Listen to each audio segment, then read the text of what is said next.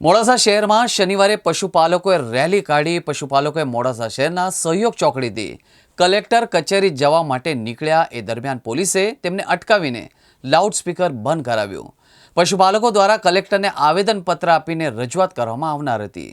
અરવલ્લી જિલ્લાના મોડાસા શહેરમાં શનિવારે પશુપાલકોએ રેલી કાઢી હતી। પશુપાલકો મોડાસા શહેરના સહયોગ ચોકડીથી કલેક્ટર કચેરી જવા માટે નીકળ્યા હતા। એ દરમિયાન પોલીસે તેમને અટકાવીને લાઉડસ્પીકર બંધ કરાવી દીધા હતા। પશુપાલકો દ્વારા કલેક્ટરને આવેદનપત્ર આપીને રજૂઆત કરવામાં આવનાર હતી। સાબર ડેરીની સામાન્ય ચૂંટણી બાદ ચેરમેનની ચૂંટણી યોજાઈ હતી, જેને લઈને ભાવફેર સાબર ડેરીના એમડી દ્વારા જાહેર કરવામાં આવ્યો છે, જે ભાવફેર વચગાળાને જાહેર કરવામાં આવ્યો છે।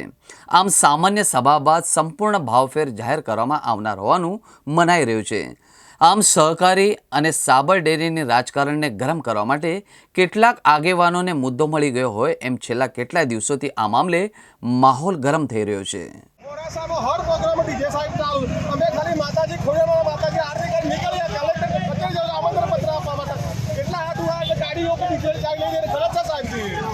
કઈ બાબતે આવેદનપત્ર આપવા નીકળ્યા હતા? આ ડેરીના નફા માટે મીંડી ગયા સર અને ડીજેના માટે આવ્યા કે અમે અહીંયા મંદિરે આરતી બારતી કરી નીકળીએ એટલે મોડાસામાં હર પ્રોગ્રામ ડીજે વાગે છે તો આ પ્રોગ્રામમાં કેટલા 10 મિનિટમાં વાત કરાવી દીધી। વાત આવે છે પશુપાલકોની તો પશુપાલકો માટે બીજા લોકો કેમ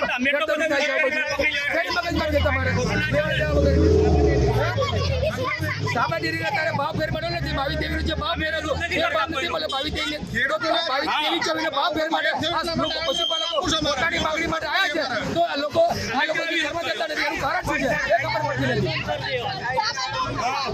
પૈસા ખાઈને આવ્યા હતા આપણા ઓલે ઓછો પૈસા ખાઈને આવતો હોય અધિકારી